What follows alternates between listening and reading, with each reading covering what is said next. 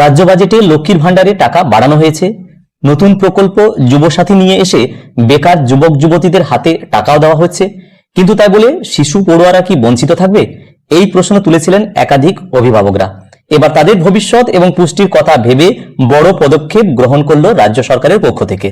Mid day মিলে এবার বাড়তি ডিম দেওয়ার সিদ্ধান্ত নেওয়া হয়েছে। পড়ুয়াদের পাতে বাড়তি পুষ্টি দিতে স্কুল শিক্ষা দপ্তরের পক্ষ থেকে একটি বিজ্ঞপ্তি জারি করা হয়েছে। তাতে উল্লেখ করা হয়েছে, রাজ্যে 81,19,415 জন পড়ুয়াকে 12 দিন অতিরিক্ত ডিম দেওয়া হবে। আগামী 31শে মার্চ পর্যন্ত সেটা কার্যকর থাকবে। এই খবর সামনে আসতেই পড়ুয়াদের মনে এখন খুশির হাওয়া। এদিকে ফ্লেক্সি ফান্ডে এই বরাদ্দ করা হয়েছে বলে জানানো হয়েছে শিক্ষা দপ্তরের এই বিজ্ঞপ্তিতে। চলতি বছরের 31শে মার্চের মধ্যে প্রত্যেক পড়ুয়াকে 12 দিন টানা একটি করে বাড়তি ডিম দেওয়া হবে।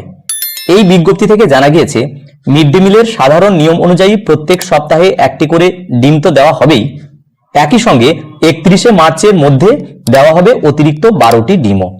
অন্যদিকে বিধানসভা নির্বাচনের আগে এই সিদ্ধান্ত নিঃসন্দেহে অভিভাবকদের মন ছুঁয়ে গিয়েছে।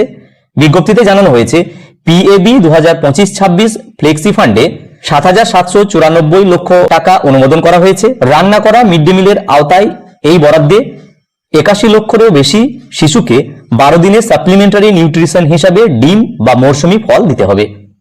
সেটা এবার পাতে পড়তে চলেছে পড়ুয়াদের।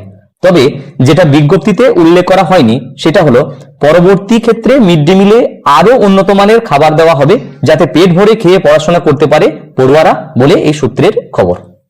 এছাড়া এই বিজ্ঞপ্তি জারি করার পর স্কুল শিক্ষা দপ্তর প্রজেক্ট ডাইরেক্টরের পক্ষ থেকে সমস্ত জেলা শাসককে এই চিঠি পাঠানো হয়েছে। চলতি অর্থবর্ষ এখন একেবারে শেষের মুখে, তাই আপাতত 12 দিন এই ডিম দেওয়ার সিদ্ধান্ত নেওয়া হয়েছে।